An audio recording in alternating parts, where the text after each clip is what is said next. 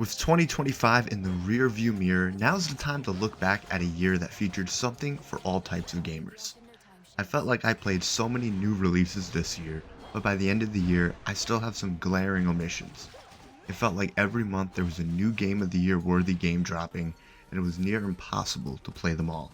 So if you're wondering where games like Hollow Knight Silksong or Kingdom Come Deliverance 2 are, the straight answer is I just wasn't able to get to them, which is going to happen every year, but it did feel like 2025 had more must-play games that I just missed out on.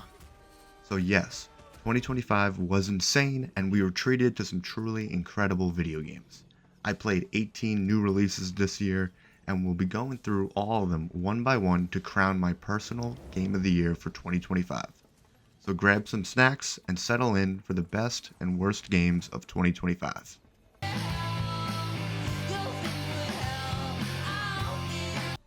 Bringing up the caboose as the worst game of the year is none other than Lost Records Bloom and Rage, and if I could be frank, this game sucked. Look, I'm not trying to yuck anyone's yums, I'm sure there are people that ride for this game, and who am I to stop you from enjoying what you enjoy, but yeah, this just did not work for me. I actually confused this game with the not yet released game Mixtape. When I saw it was free with PlayStation Plus, I started playing it only to quickly realize this was not Mixtape. But I said screw it and let my curiosity get the best of me. This was my first Life is Strange type game, and I was ready to find some enjoyment in a coming of age story, but instead was greeted with a generic story with some shoehorned supernatural elements, a poorly written villain, and disappointing performance issues. I can overlook performance issues for most games, but when you're making a narrative first movie type game, it's really hard to overlook performance issues. The game did have solid music, but I wish there were more original songs included. For a game so heavily centered around the characters being in a band together, I was just disappointed. To end on a positive note, I did enjoy using the game's camcorder as it had a cool 90s style filter that gave a more grainy look to the visuals, and even the audio was affected by it, so that was kinda cool. But unfortunately, Lost Records Bloom and Rage is the only game that I didn't enjoy this year.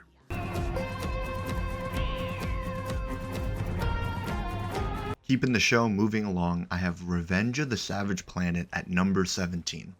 I've already talked about this game in a previous video, so I'll keep it brief. It's a fun action-adventure game with Metroidvania type progression that's a good deal of fun in co-op, and that's the big takeaway with this game. I played it exclusively in co-op, and I don't think I would recommend this game for solo players. The story and characters are very weak, and that would only be more noticeable if you're playing just by yourself. The Metroidvania elements are also a little weird and feel kinda undercooked. Most Metroidvanias will hard lock you out of progressing to different areas until you unlock a specific ability or gain an item that you then use to access the previously unattainable areas. But here, we constantly found new ways to reach areas without the required abilities. Did it take more time? Yes, but it was still an odd choice to be able to do it. Even the game would act surprised and say something along the lines of, "Wow, I can't believe you made it here already." We were able to finish the game without unlocking every ability, and it did feel like busy work by the end of the game. Despite these issues, I did enjoy my time playing. It felt like a classic PS2 era 3D mascot action platformer. It definitely felt inspired by Ratchet and Clank, minus the clank. So yeah, Revenge of the Savage Planet is a pretty solid Ratchet-like, and is worth playing if you can get the game on sale and you have a friend to play with. Next up I have Gears of War Reloaded. I love Gears of War, it is one of my favorite franchises of all time. Gears of War 2 is the game that got me into third-person cover shooters, and it is the reason I got an Xbox 360. I remember being 10 years old playing Gears of War 2 for the very first time and being completely blown away by the gameplay and graphics. I thought being able to chainsaw an alien in half was the coolest thing. I ended up playing the original Gears of War years later, and while I enjoyed it, I always enjoyed Gears 2 and 3 more. The weightiness of Gears 2 and the smoothness of Gears 3 is what I love most. But I still really enjoyed seeing how the story began. Fast forward to 2025 and Gears of War Reloaded is here and it's on PlayStation 5, which is just crazy to say out loud. I played through the campaign in co-op with my friend who has never played a Gears of War. and while I had a great time going down memory lane, he was straight up having a bad time. So I think that did affect my overall enjoyment of this remake, or remaster because it's not really a remake, and why it's so low on this list. I do wish that there was more work put into making the game feel like a proper remaster of the game. It plays exactly like it did in 2006, which at the time was revolutionary, but now feels kinda clunky to control for new players to the franchise. With all that being said, I still love the way it plays. I love wall bouncing and popping an enemy with a Nasher shot to the face. I love picking up a torque bow and picking off locusts from afar. I love grabbing the boom shot and saying boom before I completely miss my target and crack up laughing. On the multiplayer side, it is still dominated by Gears of War vets, which makes it incredibly hard for new players to jump into, which has me hoping that Gears E-Day can make the onboarding process for new players a little bit better. That being said, when I was in close competitive games, it felt like I was back in middle school pulling off crazy comebacks and winning games. I think old players can jump into this and embrace the nostalgia, but I would recommend potential new fans to just wait for E-Day.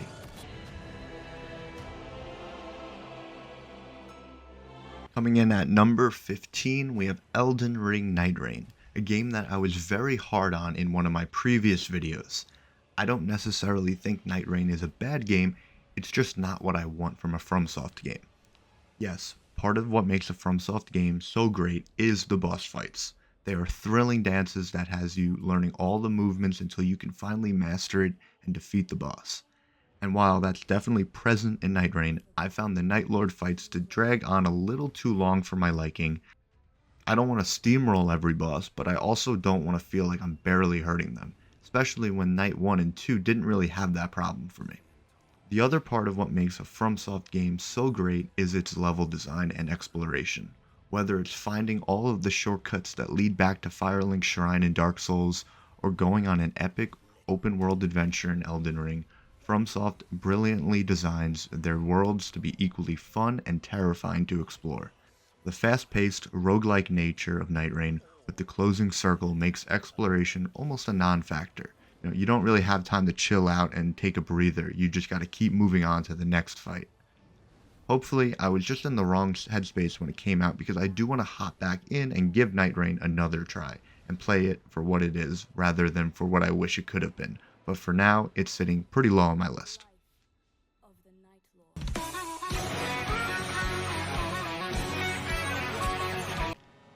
Nintendo was tasked with following up the greatest kart racer of all time in Mario Kart 8 Deluxe, and their answer was Mario Kart World, a game with so much potential to be great. Leading up to the release, we were looking at a game that had a vast open world filled with fun tracks to race on, and a roster filled to the brim with all of the Mario characters you know and love, and even a few deep cuts to excite the hardcore fans. But in reality, we did get an excellent kart racer, but it was surrounded by a half-baked open world and a slightly disappointing roster. The open world just doesn't really feel alive. It more just feels like a world to drive around in until your friends are ready to play with you. I think there should have been more characters driving around, and just more characters in general just doing basic NPC activities throughout the world. There are way too many random characters on this roster. Snowman and Cheep Cheep didn't need to be drivers. They could have been inhabiting the snowy area and the beaches. They crafted a really fun map to drive around in. I mean, it looks great, but it feels like we got to the amusement park before it even opened. On top of that, there was a complete lack of any markers or trackers for how many P-switches, coins, or mystery blocks that you found or have left at launch. Thankfully, they have added a tracker and the locations on the map, but I was just feeling surprised by the open world feeling like an afterthought. Maybe that's on me for expecting the open world to be the main attraction of the game, but it's still a letdown. On the other hand, the soundtrack is the furthest thing from a letdown in Mario Kart World. All of the tracks for the actual racetracks are great, but it's the soundtrack that plays when you're driving around in the open world that's the real star of the show. Classic tracks remixed in new ways from all across the Mario franchise that are sure to put a smile on your face and get you nostalgic for your favorite Mario games. It was weird though, because initially there was no way to make the music ladder, because why would Nintendo add basic audio settings to their games in the year 2025, yet here we are.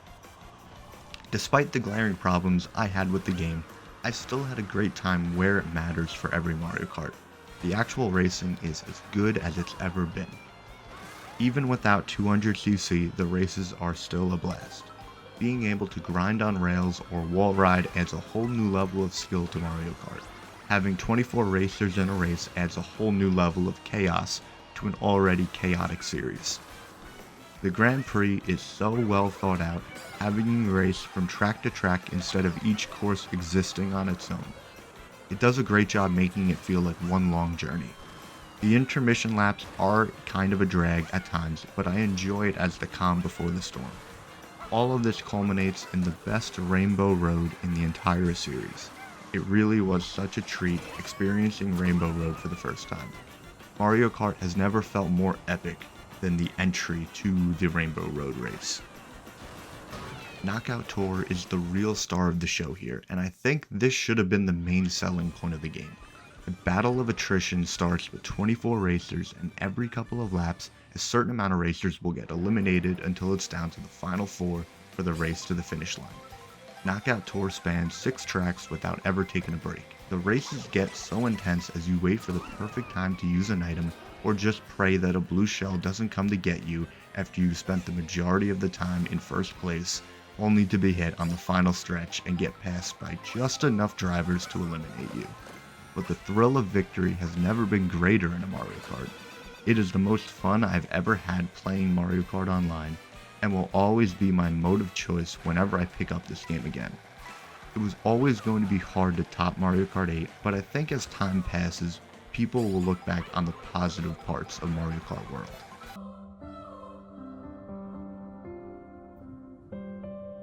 Sword of the Sea is one of the best chill games of the year, and is my 13th favorite video game of 2025. I've already talked about this game in a previous video, so I'll keep things somewhat brief. I really enjoyed this game, and I had a really hard time ranking the next 3 games, as they are all really good games that have a few things holding it back from being great. If I had to give an award to Sword of the Sea, it would be the Chill Vibes Game of the Year, and it really was such a relaxing experience. It's not a very long game, clocking in at around 3 hours for the first playthrough, and just under 2 hours for my replay.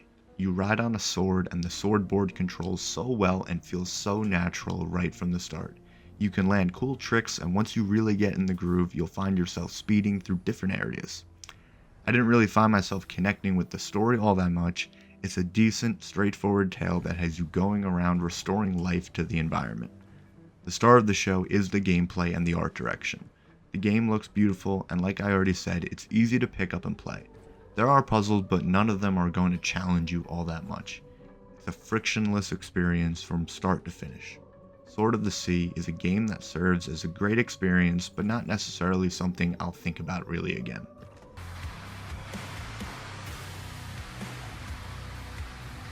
Doom: The Dark Ages is the most badass game of the year. It is so metal, I just loved how weighty and crunchy everything felt. This was my first time playing Doom start to finish, and I really enjoyed my time for the most part. The arsenal of guns, melee weapons, and your shield make for a deadly combination. I was constantly switching up the different weapons to deal with certain enemies, and I loved using the shield to parry enemy attacks. There's a lot going on during gunfights, but once I got used to the overall flow of combat and how aggressive the enemies are, it really started to click with me. I found myself trying out all of the different weapons, but naturally, I found my favorites that I would constantly fall back on. I couldn't resist the classic shotgun to allow me to get in close, mixing in mace hits and parries in between shots.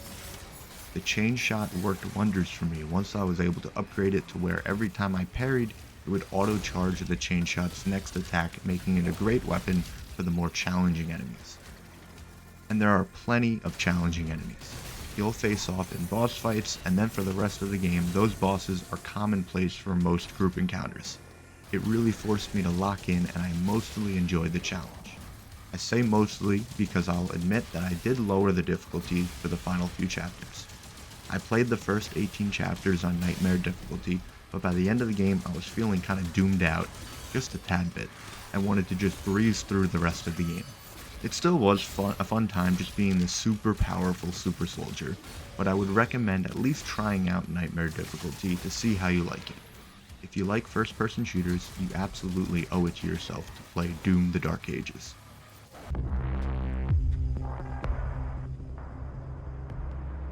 Hell Is Us is a breath of fresh air for video games. Developer Rogue Factor decided to make a game that doesn't hold your hand or muddy your screen with endless map markers and objectives.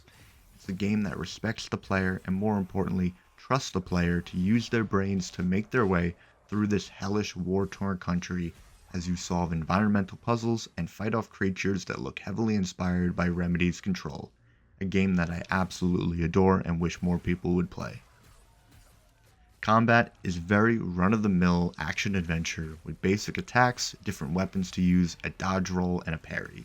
You have a little drone with you that you could use to distract enemies or hit them with special attacks like a charge attack, spinning attack, or even an aerial attack that picks you up off the ground to slam you down on the enemy. You can attach these glyphs to your weapons that will give you specific attack moves and buffs. That being said, the combat never really develops past the initial tutorial section. So if you're going into this game expecting the combat to be deep, then this might not be the game for you. Combat is not the star of the show. The real star of the show is exploring the world and solving its many mysteries. Hadia is such an interesting world to explore and learn more about its history and uncover its many dark secrets. I think the puzzles achieved a perfect level of challenge, as I would spend a considerable amount of time piecing together all of the different clues to finally figure out the solution. Having to listen closely during dialogue with NPCs is a huge part of the game, and it's crucial to do this as you will need to get directions or important information to help you advance quests. For a AA game, I was very impressed with the visuals. War-torn Hadia is a stunning landscape, and the different zones offer enough variety whilst maintaining a consistent tone and vibe for the world. Hell Is Us has a creepy synth score that plays during your journey in Hadia. It does a lot to keep you on the edge of your seat. It's dark and eerie and complements the visuals perfectly. I was always excited to see where the story would go, and while I wasn't blown away with the ending, I was left feeling satisfied with the overall story. This is definitely a game where the journey felt more satisfying than the destination. I really did enjoy existing in this game's world and loved piecing together the various puzzles. There were so many aha moments in this game when a puzzle solution would finally click in my brain. In a year jam-packed with incredible games and incredibly long games, it was very refreshing to be able to complete this game in just over 20 hours.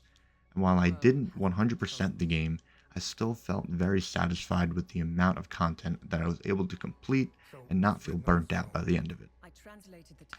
Hell Is Us is going to go down as an underrated hidden gem for 2025. And while the game is far from perfect, I would recommend playing Hell Is Us if you're looking for a game that doesn't waste your time and challenges you to use your brain to solve the many mysteries that this game puts in front of you. I think they set a great foundation for a future sequel that I think could absolutely knock it out of the park.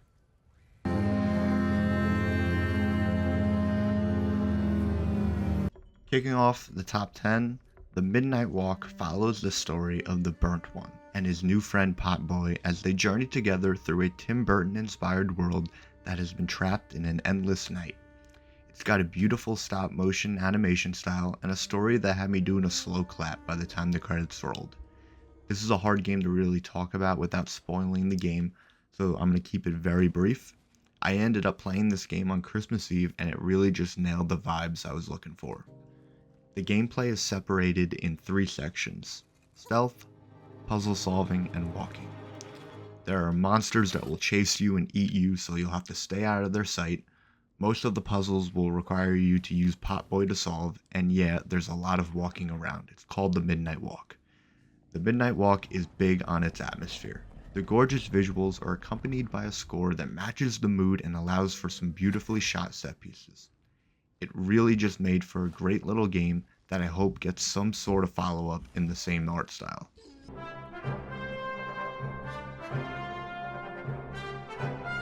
Now we're at the part of the list that has some great games that just miss out on reaching amazing. And at number 9 is Indiana Jones and the Great Circle, which technically came out in 2024, but it was eligible for the Game Awards in 2025, so I'm including it in this year's ranking too. The Great Circle is right behind Raiders of the Lost Ark for my favorite Indiana Jones story. The production value and the voice acting performances are both fantastic. Troy Baker kills it as Indy, and his performance could fool even the most die-hard, long-time Indiana Jones fans. Add in a great supporting cast, and the villain Emmerich Voss is the perfect mix of campy and dangerous for this story. The most surprising part of this game is how well the first-person perspective enhanced my time with the game. While I wish I could have seen Indy walking around all the different environments, Machine Games cleverly played to their first-person strengths and avoided obvious comparisons to the Uncharted series. I wasn't sure how the melee stealth heavy gameplay would feel, but for the most part it worked really well. There are some very obvious dumb AI moments in this game, but for the most part I felt like I needed to carefully plan out my next move to avoid being overwhelmed by too many enemies. It plays more closely to Dishonored than it does Uncharted, thanks to the variety of ways you can tackle quests. Each area acts more like an open zone that you can freely traverse whichever way you see fit. I also really loved the puzzles. They weren't as complex as Hell is Us, but they were fun to solve nonetheless and offered a lot of great aha moments when I would figure out the solution. The Great Circle has great attention to detail. The environments are so well thought out, and the atmosphere makes each area feel like you're on the set of the Indiana Jones movies. I was just pleasantly surprised by how much I enjoyed this game start to finish.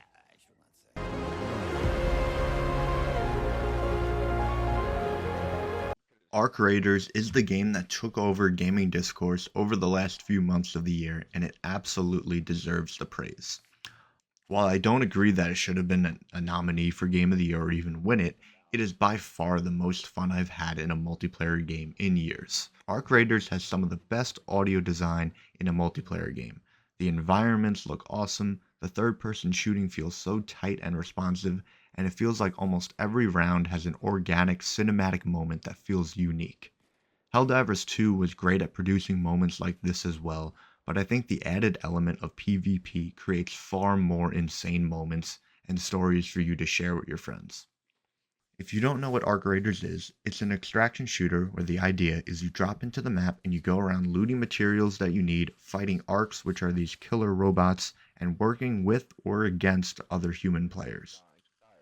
The Arcs are hard enough that it's encouraged that you team up with other players. However, other players are real people. They're wild cards. Some are greedy and want the loot that you have. Some are bloodthirsty and want to hunt you for sport. But I found that most people are friendly and want to work together or go their separate ways. But there's always that moment of mistrust when you run into someone that raises the tension even just for a brief moment. Sound is so important to the gameplay of Arc Raiders. Any gunshot or loud noises can lead to enemy arcs or hostile players coming after you, and it just sounds so good, especially when you're sneaking through a heavily infested arc area and you don't have enough ammo to deal with them, so you have to treat the game like a stealth game. All the maps have a distinct look and playstyle to them, and it is so damn fun to get into these fights with the arcs. All of the arcs have weak points on them, and I just love the way they react to getting shot in these weak spots. One shot from the Renegade rifle to a weak spot will have that arc spinning uncontrollably in the air as other arcs come to its aid. The physics are so fun to play around with as you pick off arcs one by one, feeling like the Terminator. And even if you extract with nothing of note, you usually have a cool memory or story to tell. The thrill of the evac never got old for me. Now, why isn't Arc Raiders higher up on the list? Well, first off, there's not really a story here to keep me invested and coming back. I also just don't love all the menus and building the workshops and having to manage your stash. Inventory management is a turnoff for me, and I'd rather just get into the next game, but inventory management is a huge part of Arc Raiders and progressing in the game. All of that being said, I'd imagine I'll eventually start playing again and sink another 20 or 30 hours in.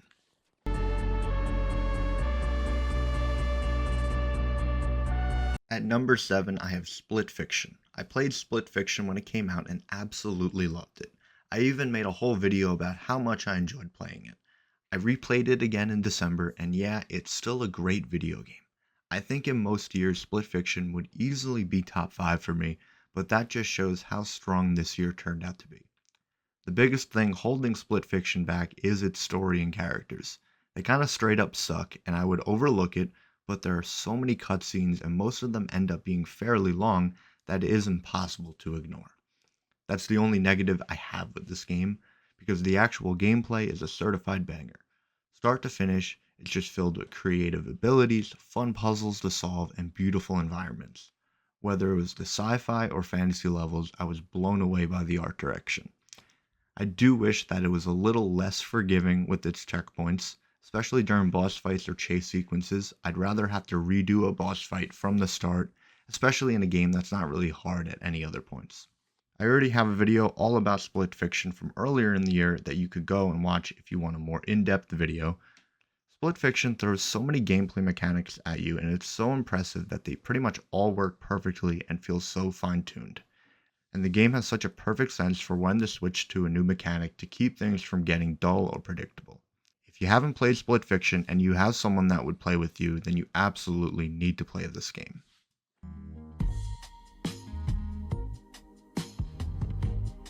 Coming in at number 6 is another game that I already made a video about, and it is a game that is really hard to talk about without spoiling it, and that is Dispatch. So again, I'm going to keep things very brief here. Dispatch is the best Telltale style video game since The Walking Dead, and it might even be better than Season 1 of The Walking Dead. Ad Hoc Studios took what worked so well about those games and stripped away the tedious sections that would have you just walking around and clicking on objects. Dispatch plays much more like an interactive TV show mixed with a fun strategy game. If you're looking for a game with a great story, characters, art style, and interesting gameplay, then you really need to check this one out. I played this weekly and couldn't wait for the next week's episodes to drop. It felt like every episode had a perfect ending to hook you in for the next week. The voice cast is amazing, and I can't wait to see what Ad Hoc does next.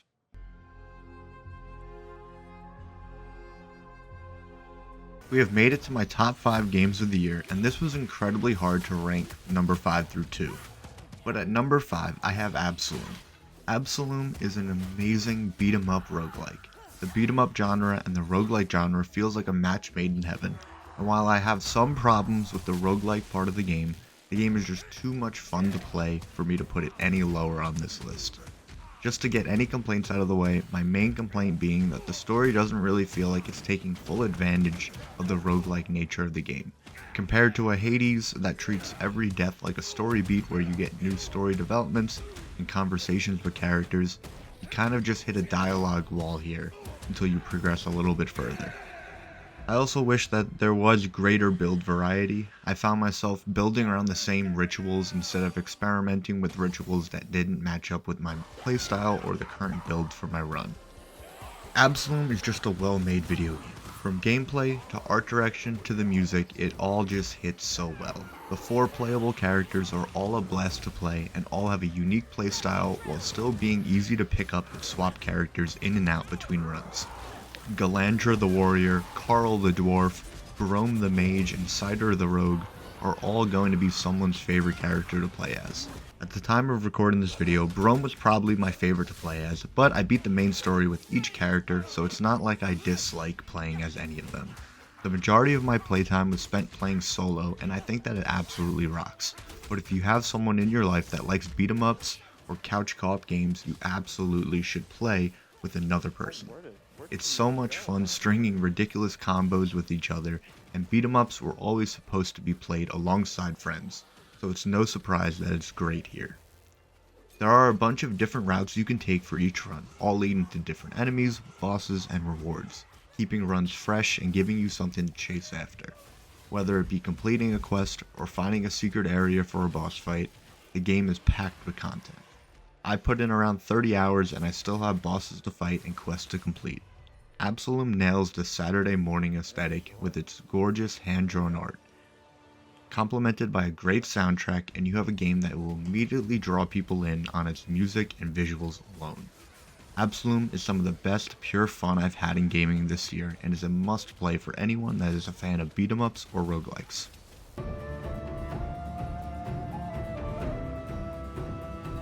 Ghost of Yotei is the follow-up to 2020's Ghost of Tsushima, and it does so much to improve upon the original. While the story never quite reached the highs of Jin Sakai's story, it still delivers an entertaining revenge story with some great character moments throughout the 60-hour journey. Sucker Punch completely understands what I personally want from open world games. I want the Ubisoft checklist style open world game where I can easily do everything in the game, but the biggest difference is how they present the open world to you. The production levels are once again off the charts with stunning visuals and a world that feels so lived in. Just like in Tsushima, you use your wind as your guide. Instead of the UI being cluttered with a bunch of information and a mini-map with a bunch of markers, all you have to do is swipe up and let the wind take you. It lets you appreciate the visuals and atmosphere.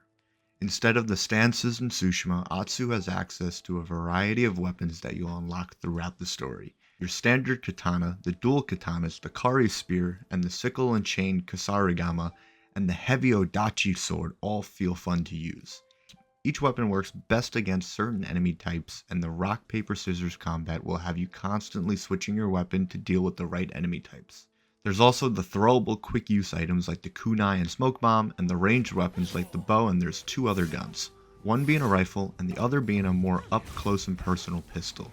The combat really starts to sing when you get into a good flow and you're using everything in your arsenal to take down large groups of enemies. I loved exploring the many regions of Ezo and needed to find every nook and cranny so I could 100% the game. I was constantly being pulled to different landmarks and points of interest. 1 second I was heading towards a bounty and then suddenly I'm following a bird to a shrine. Time would evaporate and I was fully immersed in the world. I found myself going to photo mode constantly, and this was easily the most time I've ever spent in a photo mode in any game. There's not much more I can say about the world other than it's absolutely beautiful. Ghost of Yotei just has so much style. It feels like you're playing a classic samurai movie, and while the story might not be the most original, it nails the execution. Hunting down the Yotei 6 is epic and so badass, and I just really enjoyed my time playing this game. It may not be my favorite game of the year, but it's definitely one of the most memorable games I've played this year.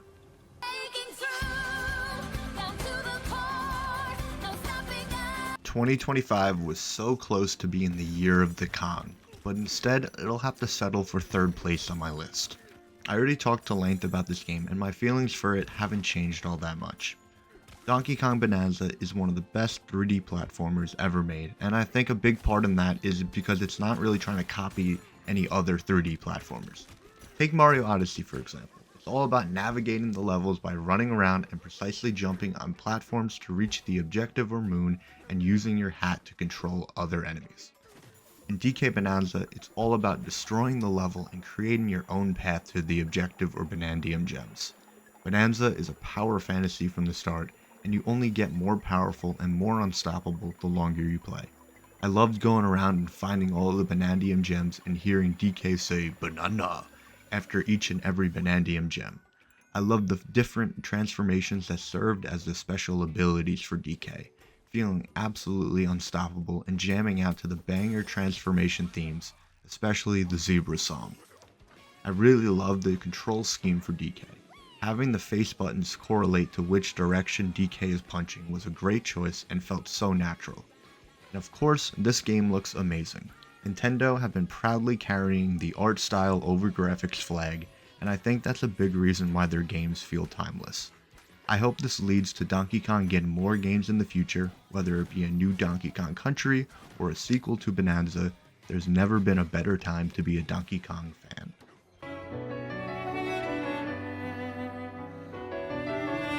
Clair Obscur Expedition 33 is a genre-defining video game. Studios are going to be trying to emulate the story and gameplay of Expedition 33 for years to come. Expedition isn't necessarily bringing any new ideas to the table, but nearly every aspect of the game is perfect or almost perfect. It serves as a perfect entry point into turn-based JRPGs, or in this case, FRPGs. It's genre-defining in the sense that when you're playing it, you can already imagine yourself in the future reminiscing with your friends about all of the twists and turns in the story, the incredible performances by the voice cast, Shout out to Ben Starr, Jennifer English, Andy Serkis, Charlie Cox for bringing their A game and providing the voice to some of the most iconic characters in all of gaming. This game has music that will make you put the controller down during a fight and just bask in its greatness. I don't want to dive deep into the story for the sake of keeping things spoiler free. This game deserves to be played knowing as little as possible about the story, and while I didn't love where the story went initially, it has grown on me since finishing the game and I've grown to actually love the direction everything took. The combat is superb, especially once you fully grasp how the Luminous work. You know, I played the first act of the game without knowing that you need to manually activate your Luminous. There I was thinking all you had to do was win 3 battles with your Pictos and then swap out for different ones, and then you could have them count as passive abilities. I wasn't really struggling, so it didn't really click that I was doing something wrong, and then I figured it out in Act 2 and then it changed the game. The parry and dodge I think elevates the combat so much, not because it's more real-time action combat, but it gives you an additional way to win fights and additional ways to build your party. I loved nailing a crazy parry sequence and then seeing how big the revenge damage would be. I loved figuring out a boss's weakness just as much as I loved parrying that boss's insane combos. I love how every big story moment, every character introduction, every battle, every new area, we were treated to an all-time classic score. Lorien Testard absolutely cooked up an all-time classic banger of an OST, and they found this dude on SoundCloud. There's a certain energy to the soundtrack that just hits you with every emotion that you should be feeling always at the perfect time. The music is the part of the game that is going to stick with me the most, and I always find myself humming one of the tracks. I do want to talk about some of the negatives I had with the game. After all, no game is really perfect, and this is number 2 on my list. And now, I use the word negative very loosely here because none of these cons would actually bring the game down if I had to score it. It's just little nitpicks more than anything. I don't really love that the game is in Unreal Engine 5. I find that a lot of games that use the engine kind of look all very similar. And now what they did with the art direction works incredibly well in Unreal Engine. I just prefer the look of other game engines. To stay in the Unreal Engine conversation, I also don't love the way the characters control. It just doesn't feel as good to move these characters around in the game world. Traversing the world feels like a means to an end instead of a core part of the gameplay. But at the end of the day, it really doesn't matter because it's not the main or even side attraction of the game. Next, I think the map kind of sucks. Visually, it looks great, but having no clear indicator to know which areas you've completed just feels like an oversight in an RPG game. It was hard to find a good spot in this video to talk about the negatives because I just wanted to keep gushing about this game. While it wasn't my personal game of the year, it came extremely close and was only beaten out by a game that just spoke to me a little bit more.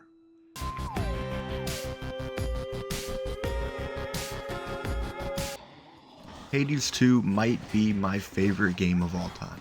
Okay, maybe I'm overreacting, but goddamn, this game is incredible. After 75 hours, this game continues to surprise me and introduce new encounters and mechanics, oftentimes feeling like Hades 2 and Hades 3 all wrapped in one package. I don't really know where to even begin with this game. Hades 2 is the gift that keeps on giving. They somehow found a way to make the gameplay more fun than the first Hades, and they even found a way to make the gods hotter. There's going to be slight spoilers for gameplay, but no major story spoilers. If you didn't know, Hades 2 is a roguelike where when you die, you return to the beginning. Death is only the beginning here because with every death, you're going to talk to a bunch of characters to learn more about the story and their motivations, as well as get permanent upgrades to help you go further in each run. It is a constant stream of new upgrades and story beats, so I found myself just as excited to die as I was to finally beat a boss. Unlike Hades 1, Hades 2 gives you the option to go either down into the underworld or up towards Olympus. Each present different enemies and bosses, as well as different gods and other characters to run into. For a game that is all about repeating over and over again, I never found myself getting bored or burnt out. This game is just pure fun every second of the way. There are 6 weapons, each with 3 different aspects that offer different buffs or abilities. and my favorite weapon being the Umbral Flames. I love how mobile it allowed me to be while staying at a good range from enemies. There's animal familiars that will assist you, and I can't forget about the Arcana cards. Gone is the mirror of night. Instead, you will select Arcana cards that will have different effects, like giving you Death Defiance or increasing your attack damage when you have low magic. The different ways you can create your build just adds to the replayability of the game. And again, with this being a roguelike, replayability is arguably the most important part of the game. I think initially I liked the weapons more in the original Hades, but as I kept playing, I learned to love how they all played and learning which boons worked best with each weapon. I think the biggest gameplay difference between Hades 1 and 2 comes in the cast. In Hades 1, your cast would be shot at a single enemy and stay in them until you killed them or enough time has passed, and it had a limited stock. In Hades 2, you'd be popping your cast down on the ground and it covers the floor while also trapping enemies that aren't bosses inside of its circle. You can have entire runs built around your cast damage, and it's a great way to crowd control. The boons you receive from the various gods that will assist you are all just so cool, and I wanted to try them all and figure out which boons pair well with each other. And it turns out there's a lot of crazy combinations you can build. I'm still discovering new build combos and setting new personal bests for how fast I can clear a run. I'm going to jump back to the game having two different routes you can take. The realization that there was a second route to take was incredible. It really felt like a whole new game just appeared. And it's not just a reskinned alternate route, it plays vastly different, placing more of an importance on making your build almost immediately with its more open zone starting region. The bosses are all awesome and a ton of fun to learn and master. The Skilla boss fight was an early highlight for me, and both final boss fights are epic and of course very difficult. That is until you start to break the game and discover builds that absolutely melt every enemy in sight. And if you feel like the game is too easy, then you can just activate your Vows of Fear and crank up the difficulty to your liking. One of the only criticisms I hear about Hades 2 is the story, primarily how it ends, with a lot of people saying it has a lame or even a bad ending, but I couldn't disagree more. While I think Hades 1 had a better overall plot, I enjoyed where the story goes in Hades 2 and I really dug the ending. And I'm still enjoying where the story is going in the epilogue. I really just dig the world that Supergiant has created with their interpretation of Greek mythology. I'm no expert on Greek mythology, so I can't comment on how faithful it is, but I can say how entertained I was listening to these charismatic gods talk shit about their fellow gods or offer advice to Melinoe. Which reminds me that I haven't even talked about the main character of the game. Melinoe is the daughter of Hades and Persephone and the younger sister to Zagreus, who we play as in the first Hades. Melinoe is right up there with Zagreus for me. She has great banter with the other characters and her motivations are equally as good. And lastly, I need to talk just a bit about the art and music. Supergiant absolutely killed it with the art direction and character designs. All of the characters look incredible and the game is a real treat for the eyes. All the different boon effects are perfectly animated and add so much style to the game. Darren Korb is back in the recording studio for the soundtrack of Hades 2 and it's just as good as the first. It's epic, adrenaline filled when in the heat of combat and had me humming different tracks outside of the game. The music is not on the level of Clair Obscur, but put some respect on this banger of a soundtrack. Hades 2 is a game that I will not be putting down anytime soon.